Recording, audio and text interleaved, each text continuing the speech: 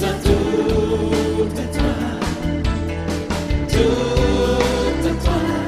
Je vais tout donner pour toi, tout à toi. Que ma vie soit tout à toi. C'est bon, tout le monde y est. Genèse chapitre 1, verset 1 à 2. Premier livre, Genèse, premier livre de la Bible. C'est bon. On peut y aller? On peut y aller. Auguste, tu me fixes aussi par rapport à mon rayon là. C'est bon? Ok, donc Genèse, je disais Genèse, chapitre 1, verset 1 à 2. On y va ensemble.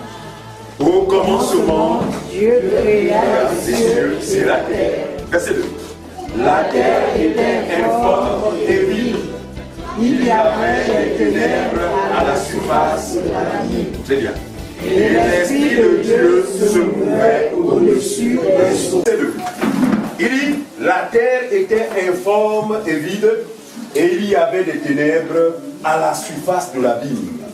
Et l'Esprit de Dieu se mouvait au-dessus des eaux. Le thème de ce matin, c'est le Saint-Esprit, son rôle et sa mission. Ou encore, le Saint-Esprit, sa mission et son rôle. Voilà, Seigneur. Le Saint-Esprit, sa mission et son rôle. Voyez-vous qu'ensemble nous découvrons que le Saint-Esprit existe depuis le commencement. Au commencement était le Saint-Esprit. Parce qu'il dit, au commencement, il se mouvait sur toute la surface des eaux. Il se mouvait, ne sachant que faire, prêt à accomplir les œuvres de Dieu. Mais il ne pouvait pas les accomplir si Dieu n'avait ouvert la bouche. Pour que le Saint-Esprit se mette en action, il faut la parole de Dieu. Donc il a fallu que Dieu parle. Et ainsi le Saint-Esprit s'est mis à l'œuvre pour réaliser tout ce que Dieu avait à cœur de réaliser. Mettez vos téléphones s'il vous plaît sous vide. S'il vous plaît. Alors, prenons, attendez. Ok, prenons Exode chapitre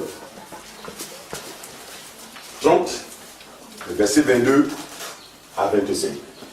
Il faut comprendre que le Saint-Esprit, comme nous l'avons découvert, a existé depuis le commencement.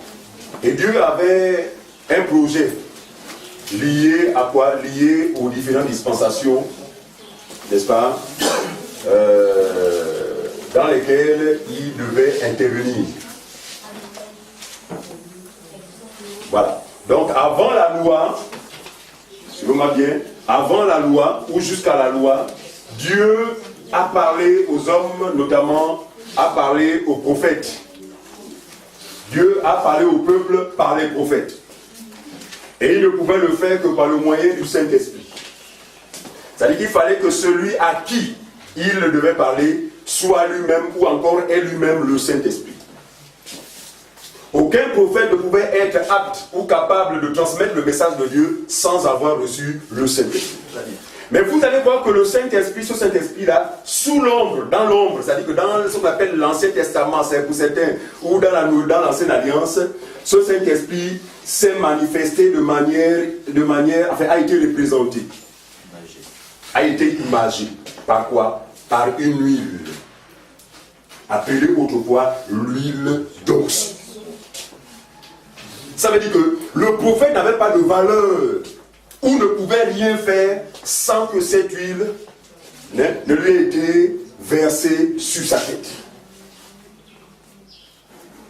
Donc le Saint-Esprit était imagé par de l'huile. Cette huile était appelée l'huile sainte ou l'huile d'onction. Je dis bien était appelée.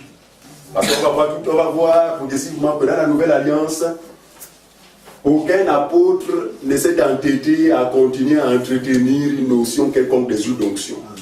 Comme ça se fait malheureusement aujourd'hui dans les endroits de confusion que nous appelons les salles d'attente avant l'enfer.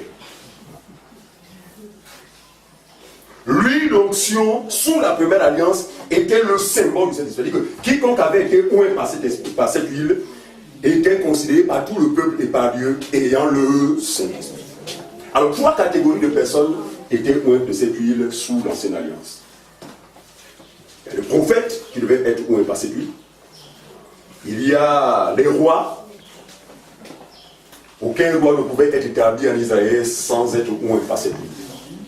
Et ensuite, tous ceux qui exerçaient dans le sacerdoce, lévitique, les sacrificateurs, voilà, et tous les ustensiles, même les lévites, c'est-à-dire que tous ceux qui exerçaient dans la maison là devaient être oints. Image de quoi? L'œuvre de Dieu ne peut se faire sans le Saint-Esprit. En fait, l'œuvre de Dieu ne peut se faire sans la capacité de Dieu lui-même. Parce que c'est son œuvre. Et pour l'exercer, il faut sa capacité. C'est Père a dit à ses disciples, sans moi, vous ne pouvez absolument rien. Alors, lisons la composition de cette huile rapidement. Exode chapitre 30. Le verset 22 à 25. Exode 30, verset 22 Voilà. à verset 25. L'huile qui faisait des rois, des sacrificateurs et de tous ceux qui exerçaient le temple, des hommes oints. Un homme oint, c'est un homme qui a le Saint-Esprit. Suivez-moi bien. Sous l'ancienne alliance, tout le monde n'avait pas le Saint-Esprit. Le Saint-Esprit était accordé uniquement à ces 3 catégories de personnes que j'ai précitées tout à l'heure. On a dit les rois, les prophètes et les sacrificateurs. Autrement dit, tous ceux qui exerçaient dans la maison de Dieu. Seuls eux avaient le Saint-Esprit. Et vous pouvez comprendre pourquoi le peuple était convié à aller toujours vers eux. La raison qui justifie le fait que le peuple devait aller vers eux, devait aller les consulter, c'est parce que le peuple n'avait pas le Saint-Esprit. Mais eux, ils en avaient. Donc, personne ne pouvait accéder à la pensée de Dieu sans aller vers cette personne-là qui était oint. Ce qui n'est plus le cas aujourd'hui. Attention, nous allons comprendre. Alors, allons y va. Exode 30. Qui disait? La parole de Dieu. Voilà. Exode chapitre 30, verset 22 à 25. L'Éternel parla à Moïse et dit, Il parla à Moïse et dit, prends des meilleurs aromates, 500 fibres de myrrhe, de celles qui coulent d'elles-mêmes, la moitié soit 250 fibres. ici, regardez, le Seigneur est en train de donner à Moïse les éléments, les composantes de cette huile-là, qui est appelée autrefois l'huile d'onction. Donc, l'huile d'onction, selon Moïse, que les gens veulent l'unité, d'accord, était composée d'un ensemble d'éléments. Contrairement à cette huile prétendue onction qui vous est présentée aujourd'hui et d'ailleurs qui vous est vendue. Vous savez moi-même que même à Moïse à qui Dieu a parlé, Dieu n'a jamais dit vends l'huile là. Cette huile avait un seul but. C'était quoi? C'était pour mettre à part des hommes pour son service. Autrement dit, c'était quoi la capacité? Parce qu'un roi ne pouvait être efficace dans sa fonction de loi que par la capacité de Dieu. Par le peuple d'Israël avant qu'il ne se rébelle contre Dieu. Parce qu'avant qu'il se rébelle contre Dieu, c'est Dieu lui-même qui établissait, qui choisissait les rois. Voilà. Et lorsque Dieu avait choisi un roi, Dieu lui a accordé toute la capacité de pouvoir diriger le peuple. Voyez-vous? Donc, sans cette capacité-là venant de Dieu, le sacrificateur ne pouvait être efficace. Le roi ne pouvait être efficace. Les serviteurs dans le temple ne pouvaient être efficaces. Donc cette huile, c'était quoi? C'était une composition de plusieurs éléments. C'était pas de l'huile d'olive seulement, comme font tous les bandits, comme le font tous les féticheurs, appelés pasteurs, docteurs, prophètes. Parce qu'eux, ils vont au magasin acheter de l'huile d'olive. Regardez vous-même, pas vous-même, mais assurez ce passage pour que vous aidiez ces gens-là, que mais votre onction là ne répond pas à la norme prescrite par Dieu lui-même à Moïse. Amen. On y va, mon frère. Amen. L'Éternel parla à Moïse et dit, suivez. prends des meilleurs aromates, Aromates, 500 cycles de myrrhe, d'accord, une quantité bien précise. de celles qui coulent d'elles-mêmes, Ah, la moitié soit 250 cycles de cinnamome bien quantifié. aromatique, Oui. 250 cycles de roseau aromatique, 500 cycles de casse selon le cycle du sanctuaire et un d'huile d'olive. voyez bien que l'huile d'olive va s'ajouter à cet ensemble d'éléments. Est-ce que vous comprenez ça? Nous parlons de la véritable huile qui a été ordonnée à Moïse et qui n'avait jamais pour but de guérir les gens. Vous devez comprendre ça. L'huile d'onction sous la première alliance n'avait pas pour but la guérison de la chair, mais elle avait pour but de quoi? Voilà, c'est-à-dire que de mettre à part, de choisir des hommes, d'établir des hommes à son service. Quel était le but de l'huile d'onction selon Moïse? On lit, mon frère. Verset 25. Oui. Tu feras avec cela une huile pour l'onction sainte. Très bien. Donc cet ensemble-là, nous obtiendrons quoi? Une huile appelée huile sainte ou huile d'onction. Continue. Composition de parfum selon l'art du parfumeur. Mon Dieu. Ce sera l'huile pour l'onction sainte. C'est écrit comme ça. Ce sera l'huile pour l'onction sainte. Ici, nous sommes sous l'ancienne alliance. Ok, prends toujours Exode chapitre 30. On va prendre le verset 31 et 33. Écoutez maintenant la recommandation que Dieu va donner à Moïse après la composition de cette huile. Voici la recommandation. Exode 30, de 31 à 33. 31 à 33. Tu parleras aux enfants d'Israël et tu diras. Et tu diras à Moïse. Ce sera pour moi l'huile de l'onction sainte. Vous avez ça? Descendants. Il dit, hein, pour moi Dieu, Moïse dit au peuple que cette huile-là est pour Dieu l'huile d'onction sainte de quoi? De génération en génération. Parmi vos descendants. Ensuite, on n'en répandra point sur le corps d'un homme. interdiction formelle. Regardez, ceux qui falsifient, ceux qui veulent défier Moïse, même quand ils ouaillent de leur soi-disant pasteur ou bien je sais pas quoi, mais la personne se trouve complètement imbibée. Tout le corps mouillé. Oh Dieu dit à Moïse, attention, quand vous joindrez ces hommes-là avec qui je vous enverrai, que cette huile ne touche pas le corps. Donc cette huile pouvait toucher la tête, à la rigueur le cou, mais pas le corps. On a donné cette révélation, sinon. Pourquoi? Parce que cette huile n'était pas l'exacte représentation. C'était l'image de la réalité. Donc c'est le Saint-Esprit qui est la réalité de l'huile d'onction. Donc dans les cas d'accomplissement, cette huile ne devait plus se limiter seulement à la tête, mais cette huile devait se répandre sur tout le corps. Le corps qui peut dire l'Église. C'est pourquoi aujourd'hui chacun de nous a le Saint-Esprit. Est-ce que vous comprenez bien? Sous la première alliance, c'est juste les autorités telles que le roi, telles que le prophète, telles que ceux qui... C'est eux qui étaient les autorités. C'est pourquoi la tête est symbole d'autorité. Mais cette huile ne devait pas être répandue sur tout le corps. Pourquoi? Parce que c'est l'image, ce corps devait descendre dans tout le corps dans la nouvelle alliance. Jésus lui-même étant oint, attention, par une huile différente de l'huile physique. Parce que Jésus a été oint d'une huile au-dessus de ses collègues. Cette huile, c'est le Saint-Esprit. Donc lui, Jésus, dès qu'il a été oint, tous ceux qui sont en lui sont systématiquement oints. Et d'ailleurs, c'est la première chose qu'il fait lorsqu'il nous appelle des ténèbres. Après avoir entendu l'évangile de la vérité, la Bible dit, il nous donne son esprit. Parce que c'est cet esprit qui nous donne d'être collé à son corps afin de jouir pleinement de cette onction qu'il est lui-même. Vas-y frère. Donc lui ne devait pas toucher le corps. On n'en répandra point sur le corps d'un homme. Oui. Et vous n'en ferez point de semblable. Ah, interdiction formelle. Vous n'en ferez point de semblable. Ne cherchez pas à imiter ça. Or aujourd'hui, les faux serviteurs transgressent cette prescription. Ils sont en train de chercher à imiter. Et en imitant, ce n'est pas évident qu'on soit capable de faire exactement comme Dieu l'a prescrit. Pour preuve, l'huile d'onction, c'est seulement l'huile d'olive. Alors qu'à l'époque tout à l'heure, l'huile d'onction, il fallait même se rendre vers un parfumeur, donc un professionnel. Avec des quantités clairement indiquées. Sinon, c'est falsifier la parole. C'est compliqué. Vous savez, l'ignorance tue. C'est pourquoi on va faire, comme disait le frère tout à l'heure, mon bien-aimé, poussé par l'esprit. Regardez, si nous avions la capacité de faire en sorte que tout le monde prenne part aux réunions, nous le ferions. Mais nous n'avons aucune capacité, notre limite, pour notre responsabilité, c'est juste interpeller. Et nous allons tout le faire jusqu'à ce que Jésus revienne. Le peur qu'on lui dise, ah, mais toi j'ai établi, mais pourquoi tu n'as pas interpellé? que l'on prenne ça en mal, ce n'est pas nos problèmes. Nous avons pour devoir d'interpeller, pour dire que vous ne pouvez pas connaître Dieu sans être enseigné. Vous ne serez même pas capable d'exercer un quelconque discernement sans la connaissance. Et la connaissance passe par l'enseignement.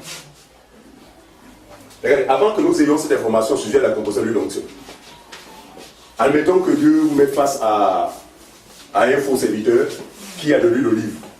Vous seriez dans l'incapacité de démontrer que cette huile-là n'est pas doctrinale. Pourquoi? Parce que vous n'avez pas la connaissance. La connaissance s'acquiert par les enseignements. Et quand on a enseigné, on a guéri. On est aguerri. Où que nous soyons, nous allons détecter Satan. Même quand il serait en train de se cacher, nous le verrons. Pourquoi? Parce que nous avons la lumière. Vas-y, fais. On a dit que verset 33. Je reprends à tout verset 32. Oui. On n'en répondra point sur le corps d'un homme. Sur le corps d'un homme. Vous n'en ferez point de semblable. Oui. Dans les mêmes proportions. Dans les mêmes proportions. Intelligence formelle. Ensuite. Elle est sainte. Elle est sainte. Vous la regarderez comme sainte. Cette huile-là est sainte. Et vous la regarderez comme sainte. Verset 33. Quiconque en composera de semblable ou en mettra sur un corps étranger sera l'étranger de son peuple. Mon Dieu, regardez le sort de toutes ces personnes qui s'amusent aujourd'hui. D'autres versions parlent d'être cela exterminé. Donc ce dernier mérite d'être lapidé, en cherchant à reproduire. Et regardez, pour cette huile d'onction-là, selon Moïse, il était formellement interdit de l'appliquer sur un non-juif. Alors, si c'est le blâme de Moïse, mais curieusement, cette huile est appliquée, soi-disant, bon, l'huile en griffe, a appliqué sur les femmes, les déchirants, les pauvres. Ce qui est une abomination aux yeux de Dieu. Donc, la pratique de cette huile était une pratique provisoire, préfigurant quoi? Le Saint-Esprit, qui, selon le plan de Dieu, devait être accordé gratuitement à quiconque croit sans distinction. Que vous soyez juif ou non juif. Mais si quelqu'un manifeste la foi vis-à-vis de l'évangile, ce dont lui est accordé gratuitement. Tenez-vous bien, lorsque ce don est accordé, il n'y a pas une manifestation forcément extérieure. Lorsqu'il vous a accordé ce don gratuit, les choses se passent dans l'esprit. Donc on n'a pas forcément besoin de faire.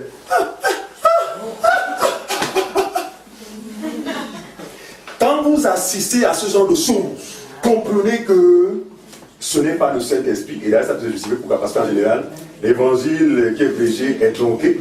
Mais Satan est l'imitateur de Dieu. Donc il profite aussi pour vouloir faire comme Dieu. Satan a l'information que Dieu accorde son esprit à ceux qui croient en lui par le moyen de son évangile. Après avoir écouté l'évangile de la vérité, Dieu nous a scellé du Saint-Esprit. Comme il est l'imitateur, lui aussi. Après avoir écouté la fausseté, il profite de ça. L'évangile faux, c'est à ce moment qu'il profite à affecter son esprit dans le corps des gens. D'où la fait des trans là. Ce n'est pas Dieu, c'est Satan qui est en train de vous séduire. Pourquoi? Parce que vous êtes passé à côté de ce qui est fondamental. Ce qui est fondamental, c'est la vérité de la parole. Amen. Quand ce n'est pas la vérité, frère, on est ouvert à tout genre de démons. Voilà. Je vous assure, si un célestin Dieu pouvait ouvrir nos yeux pour voir ce qui se passe lors de telles réunions en face, je vous assure, on serait en larmes. Parce que tous les démons sont éliminés. Pourquoi? Parce qu'un environnement propice leur a été confié, accordé. Le mensonge, la fausseté. Donc Satan est à l'aise dans ce qui est faux. Voilà. Voilà la réaction. Des cris comme ça. Et les démons sont heureux. Pourquoi? Parce que vraiment, il n'y a même pas une seule lueur de lumière. Tout est ténébreux. Voyez-vous? Mais le Seigneur, lorsqu'il nous appelle, frère, il chasse les ténèbres, n'est-ce pas? Et nous souffle. Et nous donne de le contempler dans toute sa gloire. Tu as fini le verset 33? Très bien. Alors, regardez, au sujet du Saint-Esprit, j'ai bien indiqué que cette façon de faire, à travers les huiles d'onction, était le Saint-Esprit de manière imagée. Parce que dans le plan souverain de Dieu, Dieu avait prévu de l'accorder individuellement à quiconque croit. Et cela dans quelle alliance? Sous la nouvelle alliance. C'est pourquoi vous allez voir, pour ceux qui étaient là mercredi, on a clairement indiqué la partie ou encore la différence des deux alliances, l'incompatibilité des deux alliances et leur particularité. Pourquoi? Parce que sous la première alliance, le Saint-Esprit, oui, il est, parce qu'il est depuis le commencement, mais il n'agit pas dans toute la plénitude. Et il est accordé à certains individus. Mais Jérémie va dire que je ferai avec la maison de Juda une alliance différente de la première. Et dans cette alliance, la particularité c'est que le Saint-Esprit qui était destiné à certaines catégories de personnes va se retrouver dans la vie des hommes et des femmes, en fait sans distinction, sur la base de la foi qu'ils auront manifestée en Jésus-Christ. Alors l'un des prophètes c'est Ésaïe. Ésaïe chapitre 55, Ésaïe va prophétiser justement sur ces choses, mais de façon imagée encore. On y va. Ésaïe 55, verset 1. Ésaïe 55, verset 1. Écoutez le prophète. Ne perdez pas de vue que les prophètes dans leur ensemble ont fait quoi? Pour les anciens? Ah! Ils ont parlé de Jésus, ils ont annoncé Jésus. Très bien. Alors, Ésaïe dit quoi? Ésaïe 55, le verset 1. Ésaïe 55, verset 1. Oui. Vous tous qui avez soif, Vous tous qui avez soif. venez aux eaux. Regardez, il s'adresse ici, ceux qui ont soif, ceux qui ont faim, c'est le pécheur. C'est pas ce qu'on comprend. L'invite est adressé à qui? À tous les pécheurs. Nous étions de leur nombre. Ésaïe invite, par l'Esprit de Dieu, les pécheurs qui ont faim et soif. Faim et soif de quoi? De la justice de Dieu. L'invite c'est quoi? Venez, vous tous qui avez soif, venez aux eaux, venez boire. Ah. Donc Ésaïe a connaissance qu'il y a une eau, suivez-moi bien, qui est à même d'étancher, suivez-moi bien, pas la soif, mais définitivement la soif de l'homme. Ou encore de répondre aux besoins réels de l'homme. Venez aux eaux, vous tous qui avez soif. Ensuite. Même celui qui n'a pas d'argent. Même celui qui n'a pas d'argent. Donc ne dis pas que moi je ne peux pas venir là-bas, boire là-bas parce que là-bas peut-être que c'est payant. Et ça il dit, même si tu n'as pas d'argent, viens boire. C'est tout.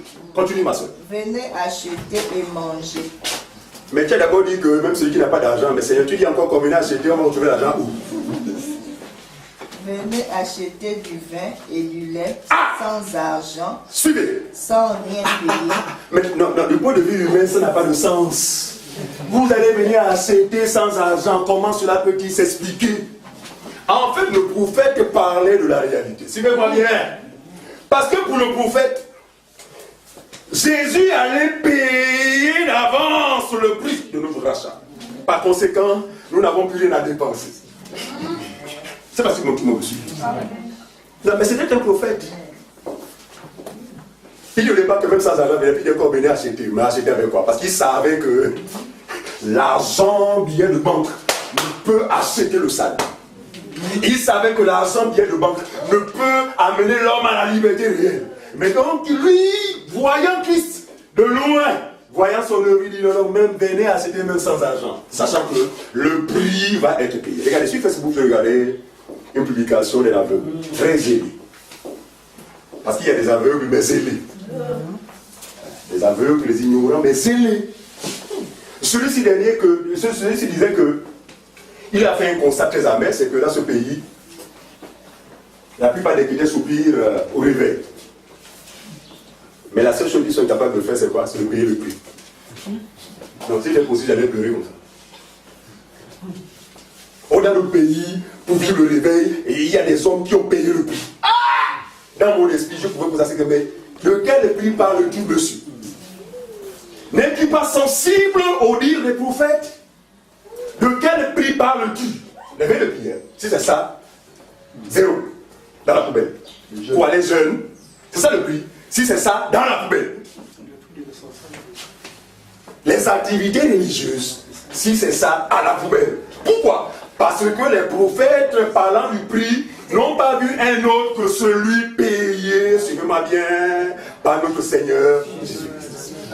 C'est un prix, frère, qu'on ne peut non seulement quantifier, mais... Vous voyez mon langage, non? Voilà. Aucune monnaie ne peut égaler le prix qui a été payé par notre Seigneur Jésus-Christ. Alors le prophète dit, venez, vous tous qui avez soif, d'accord? Vas-y, le plan, mon frère. Vous tous qui avez soif, oui. Venez aux eaux. Venez aux eaux. Même celui qui n'a pas d'argent. Très bien. Venez acheter et manger. Venez acheter et manger. Donc, on dit c'est gratuit. Ah, le don de la vie éternelle est gratuit. Ensuite. Venez acheter du vin. Venez acheter du vin. Et regardez. Venez acheter du vin. Ne pensez pas au Sobibor. Non, il a l'église le marque aujourd'hui. C'est que depuis que j'ai quitté le Lyon, là, j'ai quand même plus les marques. Donc, Simon. Venez acheter du vin. Regardez. Paul dit, ne vous enivrez pas de vin, mais soyez plutôt remplis du Saint-Esprit. En fait, le prophète Ésaïe est en train de parler du Saint-Esprit. Il dit, le vin, là, venez acheter, parce qu'avec ce vin-là, vous ne serez pas bourrés à la manière des hommes, mais vous serez bourrés à la manière de Dieu. Parce que pour servir Dieu, pour un enfant de Dieu, il faut être bourré. Comment le langage, non? Ah, il faut être sous de l'esprit. Et quand on est sous, on est incompris. On est regardé comme, ah, mais là, il est sous. Voilà. Et ce qui fait, c'est quoi? C'est l'abondance de la vérité dans la vie du croyant. Une sœur encore, par rapport à Adam, quand on est assis. Sur le net, lorsque j'ai dit que si quelqu'un a été baptisé par une femme, ce dernier n'est pas baptisé. Après, elle a dit, oh, comment ça? Je lui ai expliqué que, mais écoute, nous n'avons pas inventé la roue. Jamais femme n'a baptisé, ni sous la première alliance, ni dans la nouvelle alliance. Et c'est dernier m'a pris un passage où Jésus dit que, là où il est dit dans Jean 4, 1, 3, qui dit que Jésus ne baptisait pas, mais c'était ses disciples qui baptisaient. Donc pour les disciples, là, c'est quoi? Ça veut dire que c'est tous ceux qui croient. Et je l'ai amené, c'est pas invité, c'est qui m'écoute. Déjà, tu comprends pas le sens, parce que dans le contexte, il s'agit ici des apôtres. C'est eux qui baptisaient. Très bien. Et deuxièmement, c'est que comprends que ce baptême-là ne concerne pas l'Église, parce que l'Église n'était pas encore lui. Il s'agissait du baptême au nom du Père, du Fils et du Saint-Esprit. Et je lui dis que ce qui nous concerne aujourd'hui, c'est ce qui nous a été dit par Pierre. La première pierre qui a été posée lorsqu'il dit croyez, machin, voilà, et soyez baptisés au nom du Seigneur Jésus-Christ. Vous savez sa réponse? Elle a dit, ah là, mon frère, là, ça sent mauvais. J'ai dit oui, le cadavre n'a jamais eu le bon. Ce que tu dis est vrai. Oui, le cadavre ne sent jamais bon. Ah, donc c'est bien que tu aies humé et reconnu que ça sent mauvais. Je dis évidemment, ça doit sentir mauvais. Quand l'évangile sent bon, ce n'est plus l'évangile. Donc quand l'évangile sent bon, ce n'est plus l'évangile. Regardez. On peut tout dire, c'est vrai, nous encourageons, mais nous ne nous attendons pas non plus à des centaines de personnes. Non. Au milieu de nous. Donc, très honnêtement, pourquoi? Parce que nous avons la réalité selon laquelle le cadavre fait en général amener les gens à changer de route. Ça sent. Ou bien tu veux passer par là, mais mon équipe à toute disposition. Voilà. Mais qui peut s'approcher du cadavre que celui qui est créé pour vivre du cadavre? Il faut être un charognard, frère, pour s'approcher sans hésitation du cadavre et commencer à le déguster.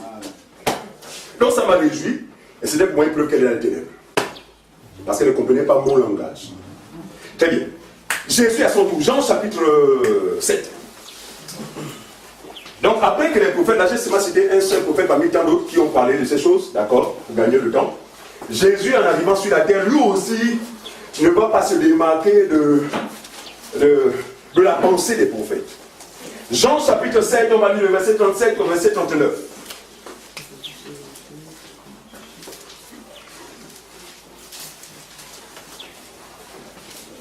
Jean chapitre 7, verset 37 à 39. Oui.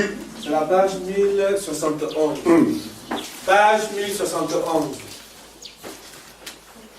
C'est la page 1071. Je lis la page ici. Le dernier jour, le grand jour de la fête. Oui. Jésus s'étonnant debout s'écria. Si quelqu'un a soif, qu'il vienne à moi et qu'il boive. Regardez le maître. Le maître fait exactement comme le prophète Isaïe. Il s'écria et il dit quoi? Si quelqu'un a soif, qu'il vienne à moi, regardez, qu'il boive. vous savez pourquoi il dit si quelqu'un a soif? Il aurait dit, parce qu'en temps normal, tout le monde a soif. Qui a soif? Ce sont ces brebis qui ont soif. Donc, ne pouvant pas les identifier de manière claire, il lance simplement un appel, un appel qui semble général, mais qui est essentiellement s'adresse à des individus que sont ses propres brebis. Il dit si quelqu'un a soif, donc il ne dit pas comme ça, celui qui est sa brebis et qui a soif, quelque chose se passe. Regardez, cet invite, c'est l'évangile de la vérité, qui vient répondre aux besoins de ceux qui ont soif. Ah, j'avais tellement soif, c'est ce que vous attendez, il dit que j'avais tellement soif. Mais nous courons vers cette rivière où c'est pas moi, voilà, nous courons. Imaginez 3 jours, 4 jours, vous n'avez pas bu de l'eau. Mon Dieu, quelle soif! Et que vous avez une bonne nouvelle qu'il existe à côté une rivière pouvant répondre à votre besoin. Mon ami, même si tu étais faible le jour-là, tu vas ramper. Même si tu marchais plus, tu vas jeter la tête pour que le corps avance pour arriver jusqu'à la rivière. Pourquoi? Parce que sans l'eau, la vie de l'homme est en danger. Sans l'eau, la vie de l'homme est en danger. Jésus c'est qui dit quiconque a soif, vienne et boit, c'est ça? Qu'il boive. Oui. Qu'il boive. Qu'il boive. Verset 38. Suivez. Celui qui croit en moi, des fleuves d'eau vive couleront de son sein, comme dit l'Écriture. Celui qui croit en moi, des fleuves d'eau vive couleront en son sein. Lorsque nos amis d'en face ont lu ce passage-là, ils ont dit, ah ben tiens, ça tombe bien. À côté de nous, nous avons des boutiquiers qui vendent de l'eau Anza. La semaine prochaine, chacun doit être muni d'une bouteille d'eau Anza. Un bidon. Des bidons. Les pasteurs vous le disent, vous avez vu ça où? Mais Jésus a dit quoi? Jésus a dit quoi? Celui qui a soif, mon ami, c'est de l'eau, tu dis quoi? Et ils ne comprennent pas le langage du maître. Regardez, le maître n'a rien à faire avec le nôtre. L'eau physique, là, c'est bien pour notre chair. D'accord? Là, il faut en boire. Et c'est bon, c'est recommandé pour la santé. D'accord? Mais vous ne vivrez pas éternellement grâce à cette eau. Vous avez besoin de boire la vraie eau pour vivre éternellement. Mais Jésus dit ceci. Celui qui croit en moi, des sources, pas une source. Donc, expression de quoi? De l'eau en abondance. Ça coule là-bas, ça sort là-bas, mon ami, dans l'abondance. Celui qui croit en moi, des sources d'eau vie couleront en son sein. En son sein, c'est quoi? C'est à l'intérieur de lui. À l'intérieur. Attendez pas, Jésus a dit que peut-être on va sortir par ma peau. Vous allez atteindre toute votre vie, vous allez confirmer la sueur avec l'eau là. Et il est question de la vie abondante de Dieu dans l'homme par le canal de son esprit. Jésus parle de cet esprit. Ensuite, verset 39. Il dit cela de l'esprit que devaient recevoir ceux qui croiraient. Il dit cela, il parle des eaux là, il parle précisément de quoi? Du Saint-Esprit. Que devaient recevoir qui? Tous ceux qui allaient croire en lui. Vous ne croyez pas en lui, pas du Saint-Esprit. Celui qui ne croit pas, mais c'est ça la vie éternelle. La vie éternelle est justifiée dans la vie d'un croyant par la présence du Saint-Esprit en lui. Celui qui n'a pas l'Esprit de Dieu, il n'y a pas de vie. Donc le sauvé c'est qui? C'est quiconque a reçu le don du Saint-Esprit par le moyen de la foi en l'évangile de la vérité. C'est celui qui est sauvé. Sans Saint-Esprit, il n'y a pas de vie éternelle. Même si tu espères, je sais que quand Jésus reviendra, je vais être enlevé. Et tu le dis souvent sur la base de quoi? Parce que tu ne fumes plus. Parce que tu ne forniques plus. Et tu as une fausse assurance comme ça, non, à cause de ça, non, je sais que là, même s'il vient aujourd'hui, je vais monter. Regardez, le temps que tu te prends pour faire, mais même s'il vient aujourd'hui, quand tu ouvres les yeux comme ça, là, tu sais passer, mais tu es là sur la terre. Tu restes là. Tu resteras pour une seule et unique raison, parce que tu n'as jamais reçu le Saint-Esprit. Est-ce que vous comprenez ça? En fait, c'est le sceau par lequel le Seigneur identifie les siens. Et on est dans un monde où nous sommes mélangés. Tous les hommes se ressemblent.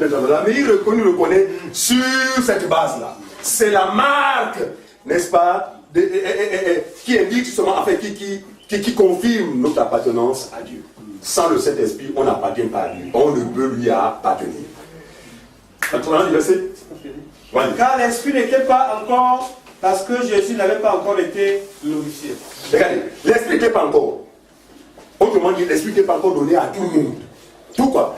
Parce que pour que l'Esprit soit donné, accordé à tout le monde, il fallait que, regardez, le Dieu unique qui s'est manifesté à un moment en qualité de Père, qui s'est manifesté à un moment en qualité de Fils, et qui se manifeste aujourd'hui en qualité de Saint-Esprit, ne pouvait intervenir dans les deux conditions. C'est pourquoi, à l'époque du Père, Jésus n'était pas. Non, quand il parle de Jésus, regardez, il s'agit d'un seul Dieu, hein, ne vous embrouillez pas. Voilà. Sinon vous allez tomber dans la conception erronée de la Trinité comme font les catholiques et religieux. Non, il s'agit d'un seul Dieu, mais qui s'est manifesté différemment, à différentes dispensations. C'est pourquoi, à l'époque du Père, Jésus n'est pas là. En qualité de Jésus, c'est le Père. Quand le Fils arrive, le Père disparaît. C'est le Fils que tout le monde voit. Et le Saint-Esprit qui agit aujourd'hui ne pouvait intervenir aussi longtemps que Jésus était sur la terre. Donc, jusqu'à ce que Jésus soit sur la terre, le principe du Saint-Esprit qui devait être accordé à certaines personnes était toujours en application. Tout le monde n'avait pas le Saint-Esprit. Mais le don du Saint-Esprit ne pouvait être accordé qu'après que Jésus soit rentré dans sa gloire. Prenons Jean chapitre 16, justement. Jean 16, on va lire le verset 5 au verset 16.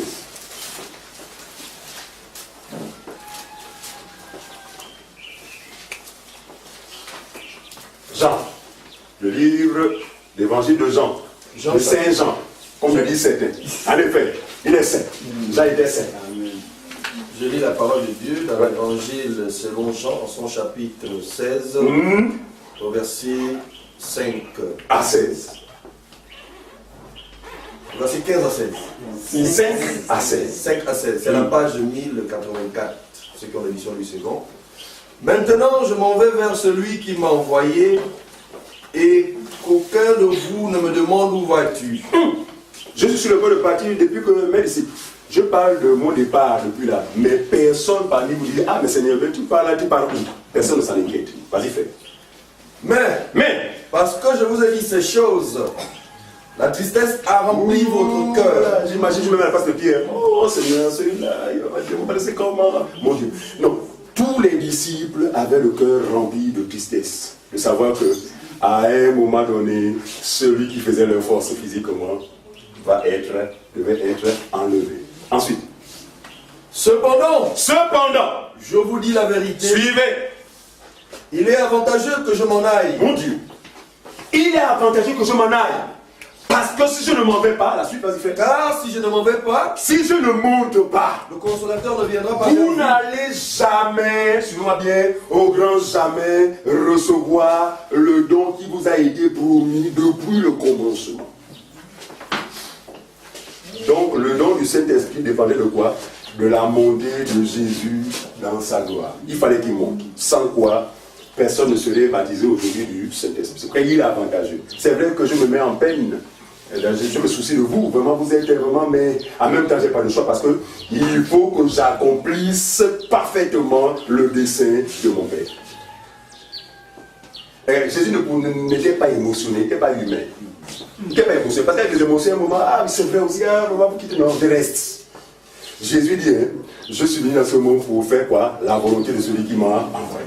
Donc que ça passe ou ça ne passe pas, ça casse. Moi, je dois faire exactement ce que mon Père m'a demandé de faire. Par conséquent, forcément, je vais mourir. Ensuite, frère. Cependant, je vous dis la vérité, il vous est avantageux que je m'en aille. Si je ne m'en vais pas, le consolateur ne viendra pas vers vous. Voilà. Mais si je m'en vais, je vous l'enverrai. Mais si je m'en vais, je vous l'enverrai. Si je m'en vais, bien aimé, ne dormons pas. Est-ce qu'il y a des autres dormir là, vraiment, dans un tel climat? Je pense que même quand on a veillé pendant 3 jours, dans les choses là, on a un moment, tu as quand même des heures, tu ne fais pas. Parce qu'il est question des choses qui font vivre. Amen. Non, à la rigueur, c'est qu'ils sentent que c'est bon, il y a une autre réunion. Non, dormez tôt, dormez à 19h. Voilà, dormez à 19h pour être sûr d'être lucide, d'être. Non, je suis pas sûr, je sais pas. Dormir là. Bref. Mais si je m'en vais, je vous l'enverrai. Mais si je m'en vais, moi, je vous l'enverrai. Quand il fait. Et quand il sera venu, Suivez. Et quand il sera venu, regarde, jusqu'à quand Jésus parlait, il n'est pas encore monté. Il parle des choses à venir. Mais quand il sera venu, donc en sa qualité de Saint-Esprit, en sa qualité de la réalité de l'huile d'onction, il faut bien comprendre ça. Parce que l'huile d'onction, c'est le Saint-Esprit, mais de manière imagée. Parce que la première alliance est l'ombre des choses à venir. Maintenant, quand la réalité va se manifester, c'est-à-dire que le Saint-Esprit va arriver, celui-là fera quoi? il convaincra le monde en ce qui concerne le péché, Très bien. Il convaincra le monde en ce qui concerne le péché, la justice la justice et le jugement. et le jugement. Le péché, l'incrédulité, la justice, la foi en Jésus. Le jugement, c'est justement le jugement éternel, la mort éternelle. Trois choses pour lesquelles le Saint-Esprit convaincra le monde. Donc dans ces trois choses-là, nous avons eu la grâce d'être convaincus de justice. Merci Seigneur. Mais d'autres sont convaincus de jugement. Vous comprenez ça? Nous avons eu la grâce de découvrir la justice. Tandis que d'autres n'ont pas eu cette grâce. Par conséquent, ils sont dans la condamnation. Le jugement les attend. Ensuite, Verset 9. oui, En ce qui concerne le péché, parce qu'il ne croit pas en moi. très bien. Le péché, dit le Saint-Esprit, parce que les hommes ne croient pas en moi. Donc qui est un pécheur? C'est celui qui ne croit pas. Dans le fornicateur, ce n'est pas lui le pécheur. Le voleur, ce n'est pas lui le pécheur. Le menteur, ce n'est pas lui le pécheur. Mais le pécheur est celui... L'enfant de Dieu est celui qui a cru au Seigneur Jésus-Christ. Regardez. Le Seigneur l'appelle avec ses manquements, suivez-moi bien. Mais en vue de quoi? Regardez, quand Dieu vous appelle, c'est pour un but. C'est de vous parfaire. Et cette perfection ne viendra autrement que par sa doctrine, par son enseignement. Et celui qui avait l'habitude de voler, parce qu'il y a des voleurs, frère, qu'on qualifie de voleurs professionnels. Non, même s'il y a des gens comme ça, le gars, pour personne ne voit, on a une professionnel. Mais ce dernier, par la grâce de Dieu, après avoir reçu la semence de Dieu, celle-ci va commencer à faire son travail. Et ça se fait de manière progressive. À tel point qu'à un moment donné de sa vie, la vie de ce voleur, il ne se connaîtra plus. Moi qui vraiment, pas toujours m'introduisais, j'avais toujours vite fait quoi. Mais je ne peux même plus à faire ça. Il ne comprendra pas que ce n'est pas lui, mais c'est désormais celui qui vit en lui. De même cette prostituée qui allait d'homme en homme, maintenant une vie de débauche. Mais le Seigneur étant venu appeler des pécheurs, pourrait appeler cette dame au salut, lui accordant le don du Saint-Esprit. Mais le don du Saint-Esprit en elle la conduira à quoi? Dans la connaissance, dans les enseignements. Et à un moment donné de sa vie, elle ne se reconnaîtra plus. On dira, mais n'est-ce pas la femme là qui... Mais qu'est-ce qui s'est passé dans sa vie? Non. C'est simplement que Dieu en elle est en train d'accomplir son œuvre. Vous comprenez ça? Le changement ne vient pas de manière humaine. Même quand on pourrait interpeller, bon, mon frère, oh ma soeur, c'est vrai, c'est utile. Mais nous comptons beaucoup plus sur ce que vous mangez. C'est pourquoi nous, notre but, c'est quoi? Ou encore, ce à quoi nous attendons, c'est quoi? C'est à ce que vous mangez au maximum. Parce que si vous le mangez, ce n'est pas évident que vos vies changent, vos comportements changent. Vous resterez les mêmes.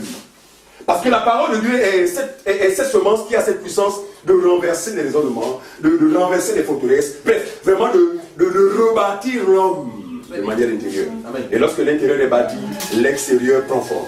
Amen. C'est pas ça qu'on comprend.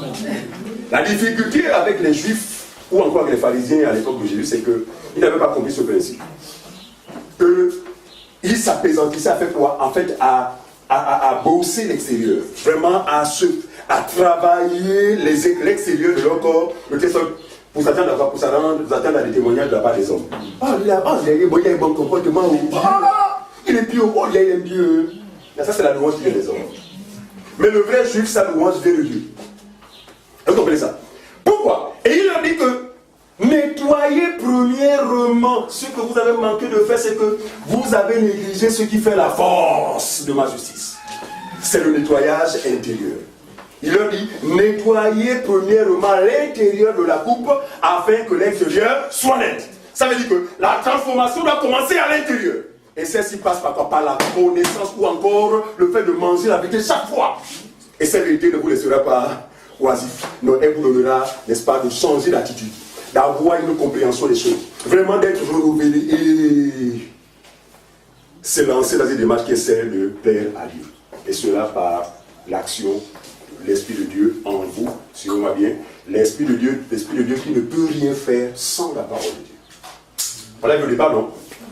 Pourquoi l'Esprit de Dieu se mouvait sur toute la sphère des eaux? Parce que Dieu n'avait pas encore parlé. Donc l'Esprit de Dieu s'ennuyait. Gauche, droite. Mais tu fais quoi là? Mais j'attends que le maître parle.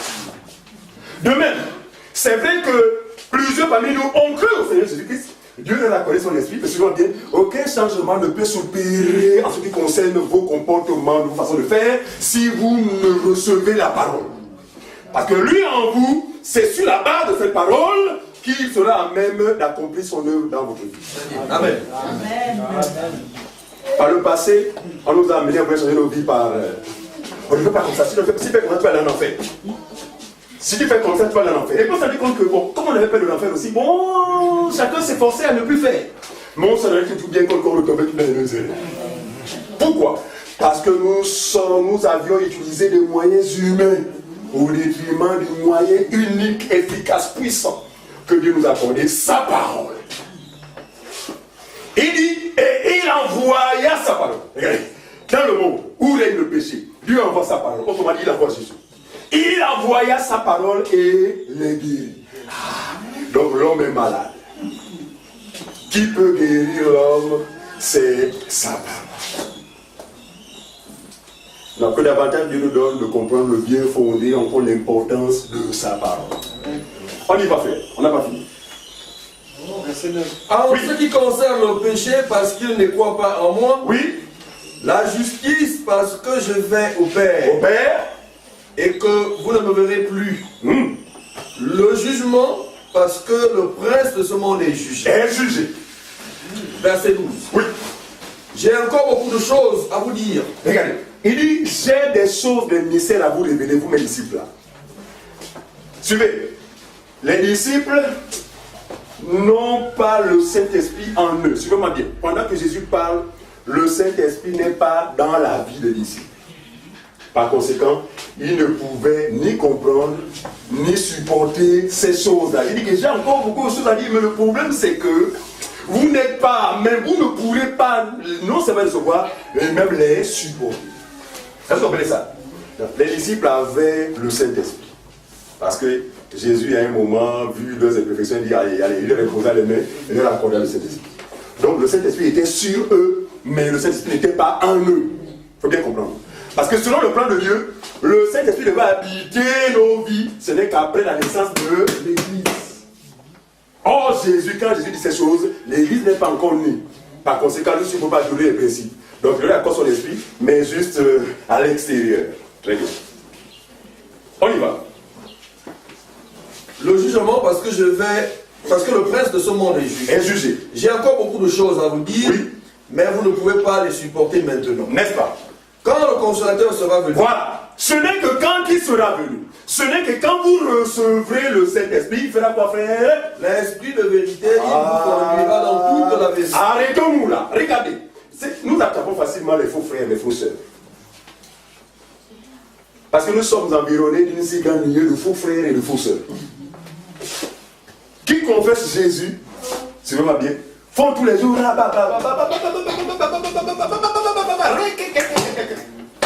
qui chaque jour écrase Satan, leur Satan, parce que le vrai Satan ne peut être écrasé par un pied.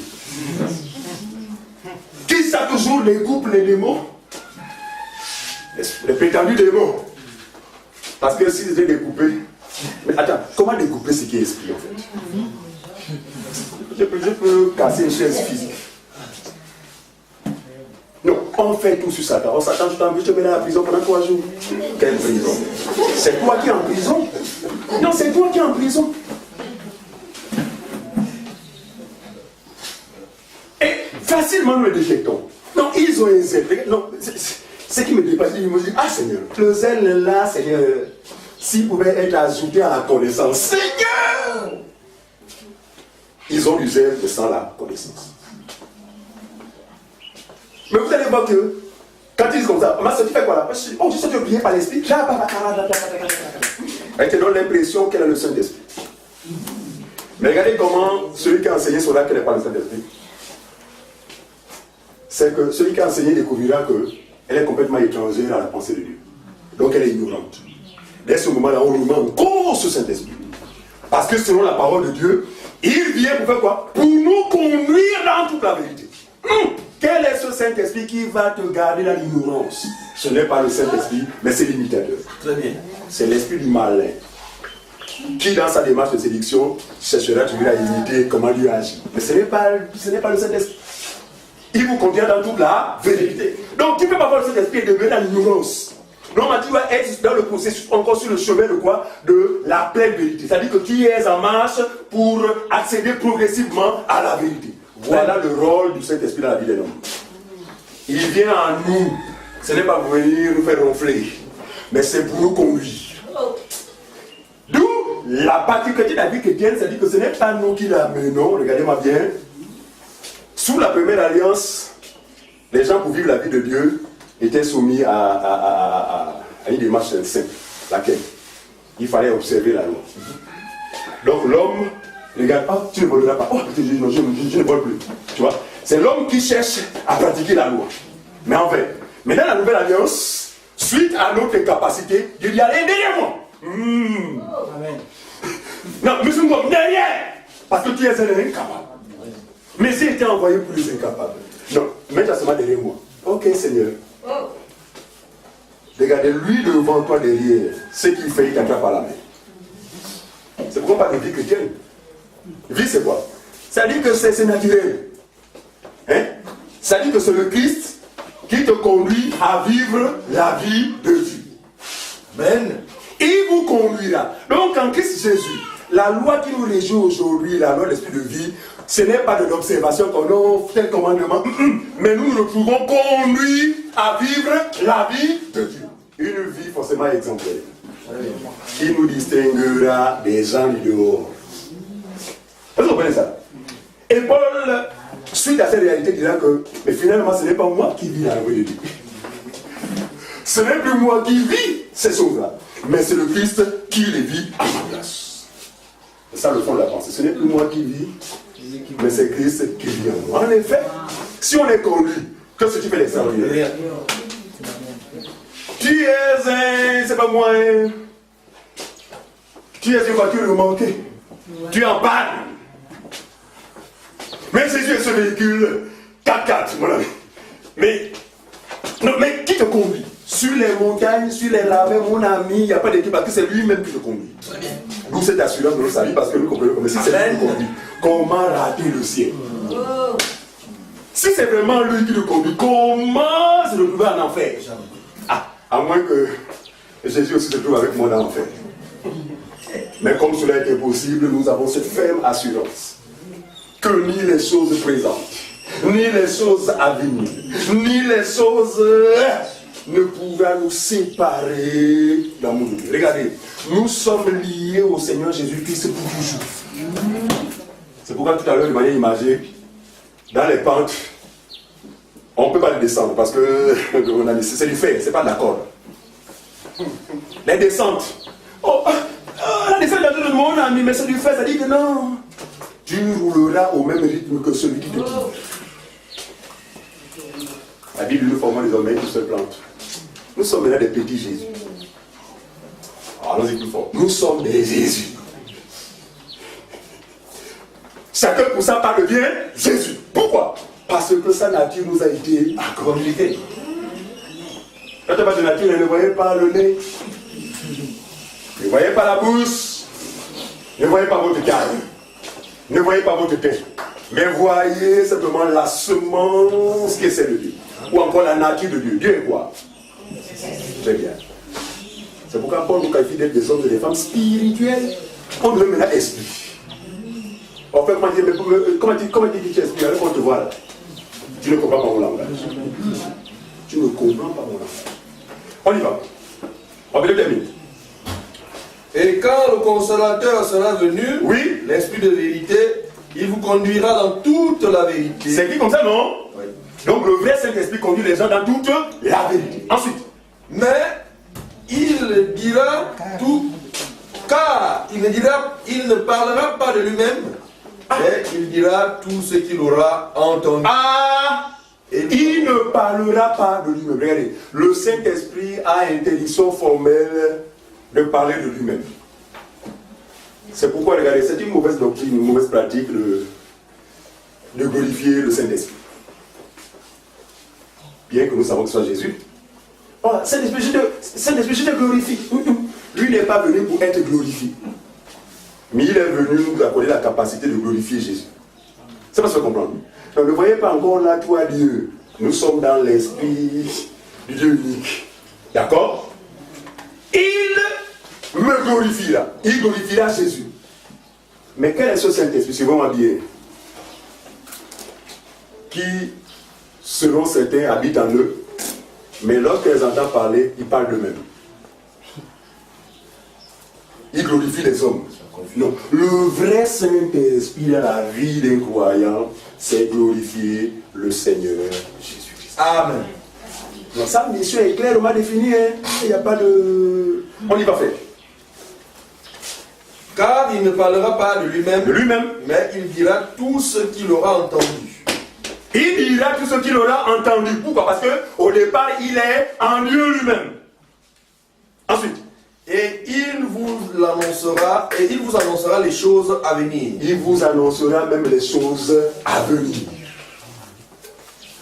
Il me glorifiera. Ça revient? Parce qu'il prendra ce qui est à moi et vous l'annoncera. Mon Dieu.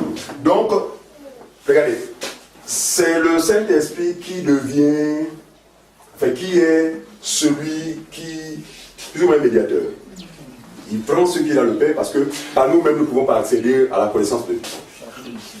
Très bien, j'ai une mission. C'est pourquoi dans les enseignements, celui qui enseigne en général ne parle pas de son propre chef. C'est l'Esprit de Dieu en lui qui fait ce travail. C'est de prendre la pensée que c'est de Dieu pour la révéler au peuple. Sachant que c'est cette pensée qui leur fera non seulement vivre, mais qui leur donnera le pouvoir grandir dans la connaissance. Croître dans la connaissance. Il prendra ce qui est dans le Père et vous le communiquera. Très bien. Ensuite.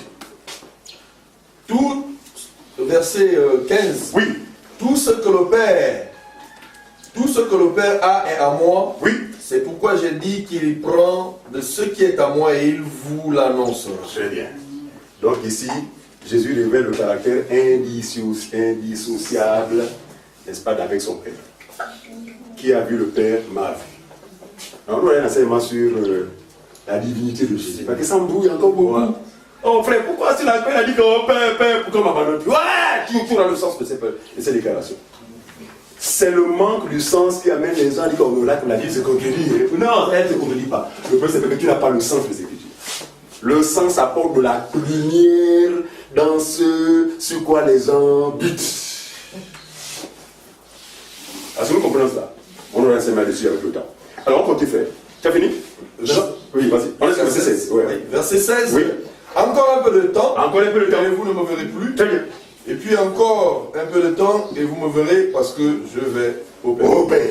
Donc il était nécessaire pour Jésus d'aller vers le Père, sans quoi le don de cet esprit ne pouvait être accordé. Regardez, Jésus va rencontrer une femme samaritaine. Jean chapitre 4, on y va. Jean chapitre 4, s'il vous plaît. Verset 10 à 14. Nous ne lirons pas tout le texte. Jean chapitre 4, du temps. verset 10 à 14, c'est la page 1064. Jésus va rencontrer une femme appelée la femme samaritaine. Une femme de nationalité samaritaine. Les Samaritains n'étaient pas des Juifs. Les Samaritains, c'était des non-Juifs. Donc des gens qui n'avaient pas droit, n'est-ce pas, au conseil de Dieu. Parce que seul avait droit au conseil de Dieu à cette époque-là, rien que les Juifs. Mais cette femme-là, elle est non-juive. Elle fait comme d'habitude tous les matins. Je vais au plus haut, puiser de l'eau. Naturellement. On y va. Jean chapitre 4, Oui. verset 10. Jésus est celui qui te dit donne-moi à boire. Tu lui aurais toi-même demandé à boire et il t'aurait donné de l'eau vive. On s'arrête là. Regardez, préalablement, Jésus commence par poser un acte. Un acte qui, aux yeux des Juifs, est une abomination. Il n'était pas permis à un Juif d'adresser la parole à un non-Juif. Mais comme Jésus est celui que Dieu a envoyé pour casser cette barrière-là, il va commettre ce péché. Donc, péché dans l'entendement des Juifs. Parce que même les disciples, à plusieurs occasions, qu'est-ce qu'on a dit? Ah, l'homme là. Nous sommes convaincus que, mais il pose un peu des actes un peu contraires aux prescriptions des Juifs. Parce qu'il n'avait pas encore la révélation de savoir que, en fait, il est venu pour mettre ensemble deux peuples en conflit. C'est lui qui est venu réconcilier les deux peuples. Les Juifs et les non-Juifs, il n'y avait aucun rapport. Alors, quand Jésus voit cette dame-là, il dit, donne-moi à boire. Suivez-moi bien. Voilà l'introduction. Maman, je suis un mais j'ai tellement marché, j'ai besoin, je me bois de l'eau. Et la femme se détourne. Oh. Mais comment toi qui es un Juif, tu as l'audace de m'adresser la parole, à moi qui suis une femme samaritaine? Réponse. Jésus lui répondit, si tu connaissais le don de Dieu, Si tu avais la grâce, suivez, si tu avais la grâce de savoir que je suis celui que Dieu vous a donné, je suis celui que Dieu a donné pour non seulement le salut des Juifs, mais également le salut des non-Juifs. Si tu avais cette connaissance, maman, ce n'est pas moi qui aurais commencé par te demander de l'eau. C'est pas au contraire. Jésus, demande de l'eau. Et Jésus faisait comment? N'aurait pas de bidon d'eau avec lui. Mais la connaissance, la révélation allait amener à comprendre que voilà la source de la vie qui est en face de moi. Et Jésus dit, hé femme, si tu pouvais savoir ce qui est en face de toi, je pense que ça allait être le contraire. C'est toi qui m'aurais demandé de l'eau. Et de l'eau que j'allais te donner, allez faire quoi? et lui dit donne-moi à boire. Oui. Donne-moi à boire. Oui. Tu lui aurais toi-même demandé à boire. Et il t'aurait donné de l'eau vive. Oh. Et il t'aurait donné de l'eau vive. Regardez, de vous à moi. De l'eau vive, là, Jésus a trouvé ça où? Même pas un bidon. Pour preuve, il veut boire de l'eau physique. Mais il était question de quoi? Il était question du Saint-Esprit dont avait besoin cette dame pour que celle-ci devienne enfant de Dieu. Ensuite, fait. Verset 11. Oui. Seigneur, lui dit la femme, Merci Seigneur. tu n'as rien pour puiser et le puits est profond. D'où auras-tu donc cette eau vive? Voilà. Quand on ne comprend pas les choses de l'esprit, voilà les raisonnements qui interviennent. Parce que Jésus, quand il pouvait parler maintenant naturel, et en fait, le fond, c'était un langage spirituel. Maintenant, le problème, c'est celui qui était en face de lui. Voilà. Parce que tout était codé. Et puis voilà, comme cette femme a été charnelle, naturelle, homme animal, d'accord, elle interprète ça selon la chair. Mais de quelle eau me parles-tu? D'abord, premièrement, tu n'as rien pour puiser. Deuxièmement, le puits là, pour puiser là-bas, il faut des cordes suffisantes. Tu n'as même pas une corde avec toi. De quelle eau me parles-tu? Jésus ne parlait pas de l'eau en ça. Regardez, si nos amis à côté et partout ailleurs avaient cette connaissance, les boutiquiers connaîtraient un déficit. Parce que je vous assure, tous les produits qu'ils vendent, à ta l'eau, ça marche avec les faux frères, les faux sœurs. Quantité. Ah, en quantité. Je vous assure. Non, ils s'approvisionnent maintenant en quantité, je vous assure, vraiment des palais, pourquoi? Parce qu'ils savent que, surtout lorsqu'ils ont la grâce de voir un programme, oh, grande journée de l'eau, c'est pas bon marché. Ah, le gars va rapidement changer sa boutique. Très bien. Et quand il aura fait, il va être satisfait, pourquoi? Parce que tout va partir. Parce que petit et grand, maman, grand-mère, chacun, nous goûter. Frère Mathieu se souvient. Avec le P49, maman chargée et fatigués sous la loi esclave sortent d'une assemblée bidon, mais avec un bidon d'eau. Alors on a discerné que la femme la vient dans une église bizarre. Et puis le matin, elle fait une blague. Maman, mais remets ce là, c'est pas que ça pèse, tout ça. Ah, quoi? L'eau bénite! C'est compliqué. Je vous assure, quand on est ignorant, non, mais c'est un problème. Oh, l'ignorance. Ah oui, je vous assure. Non, s'il y a un adversaire auquel il faut faire face, c'est l'ignorance. Laissons les démons parce que nous avons le pouvoir sur eux, c'est réglé. Mais notre adversaire, c'est l'ignorance. Et c'est notre lumière qui doit luire au milieu des hommes de façon à ce que les ténèbres soient dissipées. On y va. Verset 12. Es-tu plus grand que notre père Jacob qui nous a donné ce puits et qui en a bu lui-même ainsi que ses fils et ses troupeaux? Très bien. Jésus lui répondit, quiconque boit de cette eau aura encore soif. Suivez. Quiconque boit de l'eau là, maman, l'eau qui est venue puiser là, aura encore soif. Pour preuve, dès que tu auras puisé, tu vas en boire autour de 10 heures, à partir de 13 heures, et boire de l'eau. Ça va s'arrêter là. Une heure après, tu vas aller boire de l'eau. Regarde, je dis, hein, maman, l'eau là c'est bien pour ton corps, mais cette eau là n'étanche pas la soif. Mon Dieu, combien de litres d'eau n'avons-nous pas bu depuis que nous sommes nés? Des fûts et des fûts. Nous sommes toujours devant le frigidaire. Tu sais quoi? Parce que la soif n'a pu être étanche. C'est pas ce que vous comprenez. Il y a eau et eau. Ah. Le croyant frère a une eau que le monde ne peut recevoir. Amen.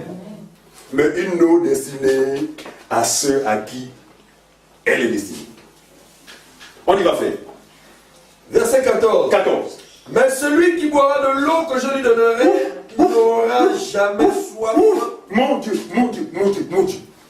Dès ce moment, la femme commence à se poser des questions. Ah, moi j'ai quand même, je ne sais pas quel âge elle a, en tout cas elle peut y avoir la quarantaine ou la trentaine, c'est sûr. De ma quarantaine ou de ma trentaine, je n'ai jamais eu connaissance d'une eau qui étanche la soif pour manière définitive. J'essaie de voir les pensées qui sont à ce moment-là. Ah, l'eau la viendra d'où même? De quel pays? Ah, comme le salut des Juifs, il se voulait que là-bas, ils ont cette eau-là. Mais Jésus ne prenait pas des eaux physiques. Regardez, cette connaissance va vous libérer des bidons qui encombrent vos maisons. Les bidons d'eau qui encombrent ta chambre, là, il faut les vider. Bon, pour ne pas gaspiller, prépare avec cette eau-là, ou encore, sers-toi de cette eau. Mais ce n'est pas cette eau dont parle le Seigneur Jésus. Non, lave-toi avec l'eau là pour enlever les impuretés du corps. Mais l'eau dont parle Jésus, c'est le Saint-Esprit. Il dit quoi, frère? Et l'eau que je te donnerai deviendra en lui une source d'eau qui jaillira jusqu'à la vie éternelle. Au départ, il parle des sources. Il progresse, il deviendra désormais une source. Parlant de qui? De lui-même, par le canal de son esprit. Qui jaillira en lui, suivez-moi bien, jusqu'à la vie éternelle. Donc le Saint-Esprit, une fois il a été accordé aux croyants, c'est jusqu'à la vie éternelle. Non, on ne le perd pas. Avec un neveu encore, il y a la réunion familiale. Il dit, oh, j'ai l'impression que quand je pêche seulement, c'est comme si le Saint-Esprit me quittait. Il dit, voilà, tu es ignorant. Tu es ignorant. Donc tu ne l'as jamais reçu. Il fallait l'aider à comprendre. Bon, c'est parce que vraiment, quand on lui a accordé un croyant, c'est pour toujours. Il vient pour manifester la vie de Dieu jusqu'à la vie éternelle. Regardez, personne ne pourra manifester la vie de Dieu après cette vie sans avoir reçu préalablement le Saint-Esprit. Et cette vie commence par se manifester dans notre chair, dans notre corps. Même quand nous aurons quitté notre corps, cette vie sera toujours manifestée. Il dit bien jusqu'à la vie éternelle. Ensuite, fait. Verset 15. La femme lui dit, Seigneur, donne-moi cette eau. Ah, parce que là, vraiment, il dit non, mais s'il existe une eau comme ça, là, mais mon Dieu, Seigneur, donne-la moi. Ensuite. Afin que je n'ai plus soif et que je ne vienne plus puiser ici. Son congélateur allait se reposer. Le puits allait se reposer parce que j'imagine, c'est pas tout combien de kilomètres à séparer le malin parcourir pour prendre de l'eau là. Seigneur, si l'eau là existe, mon Dieu, quel repos pour moi. Parce que même matin à la maison, j'ai ses enfants seuls. Mais sinon, là, il dit, mon Dieu, je sais dispenser de ce mouvement. Seigneur, donne-moi cette eau-là. Très bien. Ensuite. La femme lui dit, Seigneur, donne-moi cette eau, Oui. afin que je n'ai plus soif, que je ne vienne plus puiser ici. Très bien. Va, lui dit Jésus, appelle ton mari ici. Arrêtons-nous là. C'est d'autres aspects. Hors sujet. Hors sujet. Nous ne voulons pas dire ces choses. Amen. Regardez, ici, la femme samaritaine a la grâce de comprendre comment faire. En dehors de l'eau physique là, il existe une eau. Et manifeste ce besoin. Donne-moi de cette eau. Regardez, la femme samaritaine typifiait les non-juifs. Très bien. Parce que l'Église, c'est la femme samaritaine, Amen. à qui la grâce a été accordée de croire en Jésus. C'est l'Église, c'est à l'intérieur de l'Église que les sources d'eau vivent vraiment affluent. D'accord? En abondance. Pourquoi? Parce que la grâce a été accordée à celles qu'on n'aurait jamais pensé ou imaginé recevoir la grâce de Dieu. Au départ, tout est orienté vers Israël. Mais Jésus, quand il vient, va annoncer le salut des païens par à travers la rencontre avec cette femme non juive qui croira en lui. Suivez. Le prophète Joël aussi va parler de ces choses. Joël chapitre 2, comme nous le connaissons, le verset 28. Joël 2, 28. Je disais au départ que plusieurs prophètes ont parlé, ont annoncé le don du Saint-Esprit qui est accordé dans la Nouvelle Alliance à tous ceux-là qui allaient croire. Joël 2 à partir du verset 28. 28. Page 904. Oui. Traduction du Second. Oui. Après cela, Je répandrai mon esprit sur toute chair. Vos fils et vos filles prophétiseront. Vos vieillards auront des songes et vos jeunes gens des visions. Après cela, Je répandrai mon esprit sur toute chair. Vos fils et vos filles prophétiseront. Vos vieillards auront des songes et vos jeunes gens des visions. Très bien, on s'arrête là.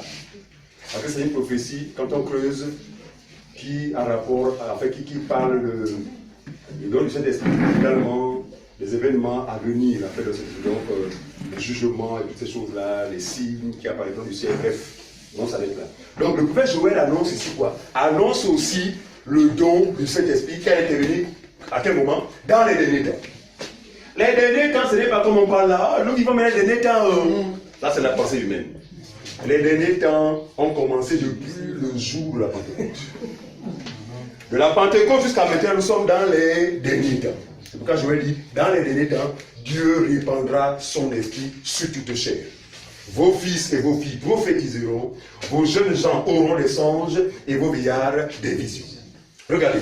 Il dit, il répandra son esprit sur toute chair. Autrefois, quand on parlait comme ça, là, ça nous a donné l'occasion de dire aux femmes. Le prophète a dit qu'il va. Donc, tu peux devenir maintenant pasteur. Tu peux devenir docteur. Beaucoup de personnes soutiennent la fausseté sur la base de ces paroles, ne comprenant pas le sens de cette prophétie. Il dit, il répandra son esprit sur toute chair. Si on prend toute chair de manière littérale, ça veut dire que tous les humains qui ont la chair. Autrement dit, peu importe ta religion, comme nous sommes là derniers temps, tu as le Saint-Esprit. C'est pas si tout le monde comprend. Je dis, si on prend toute chair de manière littérale, ça veut dire que tous les humains sur la terre. Et sachant que nous sommes dans les derniers temps, ça veut dire qu'en temps normal, tout le monde a le Saint-Esprit. Que tu sois musulman, tu as le Saint-Esprit. Que tu sois bouddhiste, tu as le Saint-Esprit. Que tu sois chrétien, tu as le Saint-Esprit. Que tu sois éveillé, tu as le Saint-Esprit. Il n'en est rien. Regardez. Même quand un prophète pourrait être un peu confus, Dieu faisait en sorte que notre prophète accorde un peu de précision. Pas peut-être la totale précision, mais un peu de précision. Et c'est Ézéchiel qui parle, Ézéchiel chapitre 36. Voilà. Ézéchiel 36 nous apporte cette précision. On va lire le verset 26 seulement. 26 seulement. Ézéchiel 36, 26. C'est quoi toute chair? Ça veut dire quoi toute chair? Est-ce que ça veut dire que tout le monde? Non! Toute chair, voilà le sens. Ézéchiel 36, le verset 6. 26. Ézéchiel chapitre 36, au verset 26. Oui. C'est à la page 861, qui ont l'édition du second. Oui. Ézéchiel chapitre 36, au verset 26. Oui. Je vous donnerai un cœur nouveau. Oui. Et je mettrai en vous un esprit nouveau. Comprenez ça? Ensuite. J'ôterai de votre corps le cœur de pierre et je vous donnerai un cœur de chair. J'ôterai de votre corps le cœur incrédule. Suivez-moi bien, le cœur de pierre, c'est le cœur incrédule. Et je vous donnerai un cœur. J'ai donc un cœur qui vous donnera la capacité de croire. Un cœur qui vous donnera de croire facilement. D'accord? Le cœur de chair là, c'est le cœur que j'accorde aux croyants. Donc ce n'est pas tout le monde. Ensuite, verset 27, je mettrai mon esprit en vous et je ferai en sorte que vous suiviez mes ordonnances. On s'arrête là. Le cœur de chair, ce n'est pas que tous les humains qui ont la chair. Le cœur de chair, c'est ceux à qui Dieu accordera la grâce de croire en sa parole. Le cœur de chair, c'est mou. La chair, c'est elle est molle. Mais le cœur de pierre est dur. Le cœur de pierre, symbole de l'incrédulité. Le cœur de chair, le symbole de la simplicité, donc celui qui croit facilement. Donc c'est ce cœur qui nous a été accordé. C'est pourquoi nous avons cru. Personne ne peut croire sans avoir reçu ce cœur. Et c'est ce que nous avions à un moment donné le cœur de pierre. Incrédule, moi je suis catholique. Moi quand j'ai ouvert les yeux, j'ai trouvé mon père catholique, ma mère catholique, ma grand-mère catholique. Moi aussi je mourrai. Ça c'est l'expression du cœur de pierre. Moi, mon père était pasteur. Même avant mon père, mon grand-père est pasteur. Ensuite mon père. Alors pourquoi ne pas devenir pasteur? Ça c'est l'expression du cœur de pierre. Vous comprenez ça? Donc le cœur, ce dont parlait le prophète Joël, c'est quoi? C'est simplement, il parlait de l'église, parce que c'est l'église qui a reçu le cœur de chair. Et c'est à l'église que le don du Saint-Esprit est accordé. Alors, ça va se manifester, c'est le temps. Ça va se manifester dans Actes chapitre 2, n'est-ce pas? Voilà, très bien. Et à la chambre haute, voilà, des langues semblables aux langues de feu, des années, voilà, ils se mirent à parler à d'autres langues. Ce passage, quand on le lit, mon ami, c'est pour justifier le rabarabashabasha. C'est incroyable. Voilà, voilà. Qui parmi nous parlait ce langage barbare par le passé? Moi, j'aime bien mettre.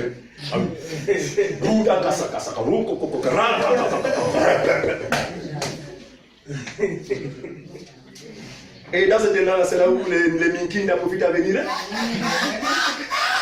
Oui, c'est normal. Parce que vous êtes grandement dans l'erreur. La Bible dit que ceux qui avaient reçu le nom du Saint-Esprit se mirent à parler en d'autres langues. Attention, en d'autres langues. Pas en langue des anges, parce que ces hommes-là qui parlaient n'étaient pas des anges. Mais en d'autres langues. À tel point que ceux qui les écoutaient pouvaient se rendre compte d'une chose, c'est que, Auguste, je sais que c'est un femme. Mais comment Auguste se trouve à parler en miennet, mais maîtrisant le miennet comme s'il était, alors que j'ai abordé Auguste depuis un temps, jamais j'ai entendu Auguste un seul mot miennet. Et il y a encore même un mystère que beaucoup de prédicateurs ne comprennent pas. C'est qu'en réalité, Auguste, dans sa façon de parler, c'était le mot enfant. Mais le mystère qui va se passer, c'est que moi qui entends Auguste parler, je l'entends parler dans ma propre langue. D'où le miracle. Et puis à un moment, il va dire non, ces gens-là sont bourrés. Parce que jamais quel événement ne s'est produit en Jérusalem. Qu'est-ce qu'ils ont bu? Et Pierre va venir établir toutes choses. Il dit attention mes amis, ces gens-là n'ont pas pris le Sobibor le matin. Parce que même quand ils viennent le Sobibor, à moins d'être un ivrogne, pour boire le matin très tôt. Parce que l'un des signes qui montre que vraiment on est esclave de l'alcool, c'est d'aller boire et prendre l'alcool le matin très tôt. Parce qu'un peintre, bon, il boit l'alcool, mais il attend quand même que le soleil se lève un peu, hein? Mais le matin très tôt. c'est d'abord brosser directement qui est dans le... C'est dangereux. Et nous avons des parents qui sont vraiment esclaves de ces choses-là. Non, la vérité suffira pour les affranchir de ces histoires. D'accord? Mais il dit qu'ils ne sont pas sourds. Mais ce qui se passe, c'est quoi? C'est l'accomplissement de la promesse faite par le prophète Joël. Disant dans ces derniers temps, les machins, vous prophétiseront, vous êtes voilà. C'était ce qui s'est passé. Alors, terminons par ça, s'il vous plaît. C'est le temps vraiment quoi. Mais... Allons-y, on a terminé. Alors, vous allez voir que ce Saint-Esprit-là, que l'Église a reçu depuis le jour de la Pentecôte, parce que la promesse de Saint-Esprit ne concerne pas seulement ceux qui étaient le jour de la Pentecôte. L'apôtre dit, cette promesse est pour vous, pour vos enfants, et pour tous ceux-là que le Seigneur appellera aussi grand nombre. Ça veut dire que Dieu n'a pas fini d'accorder son esprit. Si quelqu'un croit ce matin, le don de cet esprit est accordé gratuitement. Amen. Est-ce que l'on comprend ça? Alors, vous allez voir que ce Saint-Esprit-là aussi est appelé onction. Parce qu'on a dit tout à l'heure que finalement, l'huile d'onction, l'accomplissement de l'huile d'onction, c'est le Saint-Esprit. Dans l'Église, depuis que l'Église est née, nulle part il a été fait mention des apôtres qui utilisaient de l'huile d'onction, soi-disant pour guérir. Nulle part dans la Bible. Je dis bien nulle part. Je pèse mes mots. Que nos internautes qui nous regardent nous prouvent le contraire. Allez dire à vos pasteurs de vous démontrer dans la Nouvelle Alliance, du moins depuis l'exemple de l'Église, où un seul apôtre s'est aventuré à utiliser soi-disant de l'huile d'onction. Je dis bien nulle part. Amen. Pourquoi? Parce qu'ils avaient la connaissance que nous avons aujourd'hui. De comprendre que l'huile c'était symbolique, mais la réalité est en Christ. Donc désormais, notre onction, quand on parle d'onction, c'est le Saint-Esprit. Dans l'église véritable, il n'y a pas d'onction de mariage. Ça n'existe pas. L'onction du voyage. Voilà, des bêtises comme ça. Oh non, tu sais, maman, sœur, vraiment, viens, je te communique, comme je suis marié avant-hier, viens, je te communique. Reçois. Ça, c'est la sorcellerie de la magie. Ça ne se passe pas comme ça. D'accord? Non, on peut prier pour une frère et une sœur. Ah, frère, vraiment, fais compassion. Quand je vois mon frère, vraiment, il a besoin de mener un peu de l'âme, sœur. Mon frère, vraiment, viens, on prie ensemble. Hein? Mais je n'ai pas quoi que ce soit à lui communiquer. Tout vient de Dieu. Tout don excellent. En fait, la bénédiction de Dieu vient de Dieu. Donc, ensemble, nous implorons la grâce de Dieu. Ah, Seigneur, ta grâce. Fais grâce à ma sœur là qui est maintenant. Elle brûle. Elle veut qu'elle est sourde. Je ne sais pas si j'avais de putain. Donc, c'est pour un temps. Tous sont passés par là, n'est-ce pas, frère? Ah, on a brûlé le moment. Oh, Seigneur, jusqu'à quand? Mais Dieu soit loué. Il y a un temps pour tout. En fait, selon le programme de Dieu, Dieu fait chaque chose bonne sans son. Mais rassurez-vous, je ne sais pas de qui ou encore à qui je parle, mais ce que nous savons, c'est que, en général, lorsque Dieu fait son œuvre, ce qui se passe, c'est que Satan envoie les siens en vue de vous détourner de ce que Dieu a prévu pour vous. Maintenant, c'est à vous maintenant d'user de beaucoup de discernement. Là, c'est toi à faire. Là, monsieur, tu ne mourras pas. Je préfère attendre celle qui vient de Dieu. Parce que la bénédiction qui vient de Dieu a une particularité. Elle n'amène pas la personne à regretter. Oh, vraiment, mais oh mon Dieu, Seigneur. Femme comme ça, j'ai choisi de me faire quoi? Ah, vraiment non. Et ça vous amène loin parce que vous allez même commencer à souhaiter même sa mort. Il faut qu'elle parte déjà parce que non, elle dépasse. La bénédiction de Dieu ne se fait suivre de personne. Quand il y a chagrin, mon ami, ce n'est pas Dieu, c'est l'autre. Mais tu n'as pas été vigilant. Et lorsque le mariage est consommé, à un moment donné, on oublie de boire jusqu'à la lit. Comprenez mon langage. Si le monsieur va vous bastonner tous les jours, vous allez subir jusqu'à ce que Dieu permette que vous vous séparez. Jusqu'à ce qu'il le déconduise. C'est compliqué. Donc, quelle n'est pas la volonté de Dieu dans le mariage? Dieu nous appelle dans le mariage pour vivre en paix. Bon, pas une paix forcément absolue que vraiment on va assister à la perfection, mais lui en nous.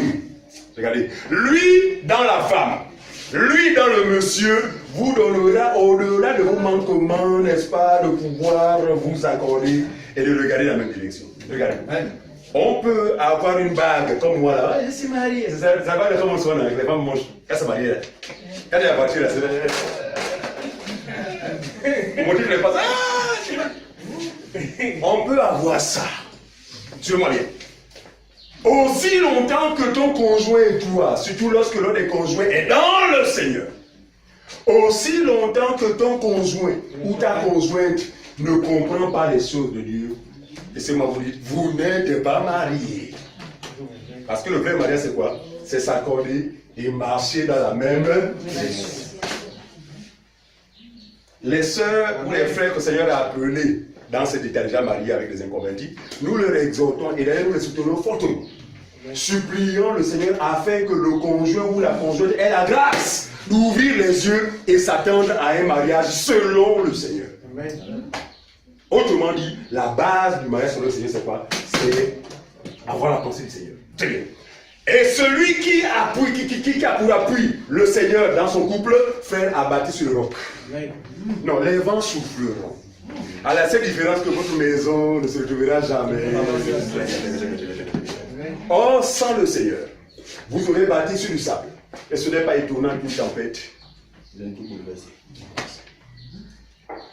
1 Jean chapitre 2, parler de l'onction. L'onction, ce n'est pas les onctions. Oh, je sens, ils ont fait comme ça. Oh, je sens une forte onction dans ces salles. Ça, c'est de la mystification. De la mystification. Oh, je sens une atmosphère onctionnée. C'est la bêtise. Très bien. 1 Jean chapitre 2. Avant le verset 20, attends. L'onction.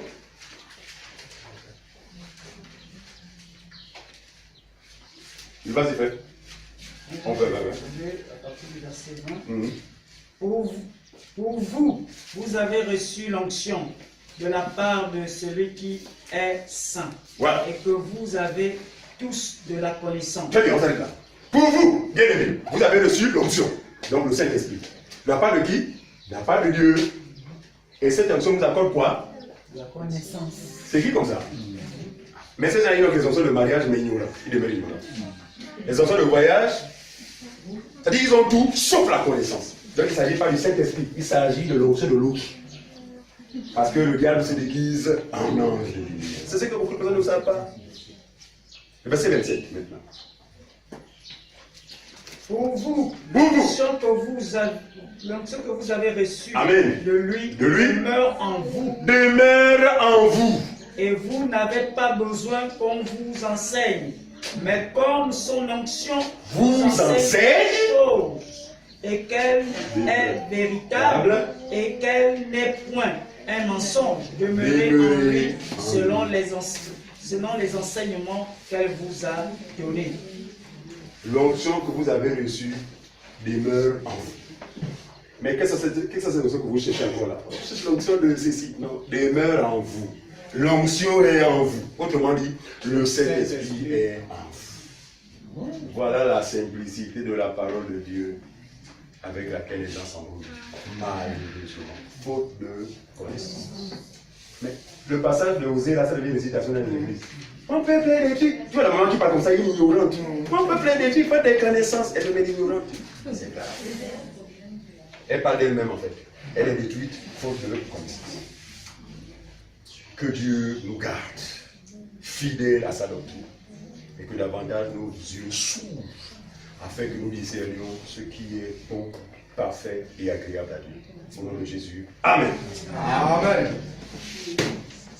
Amen, amen.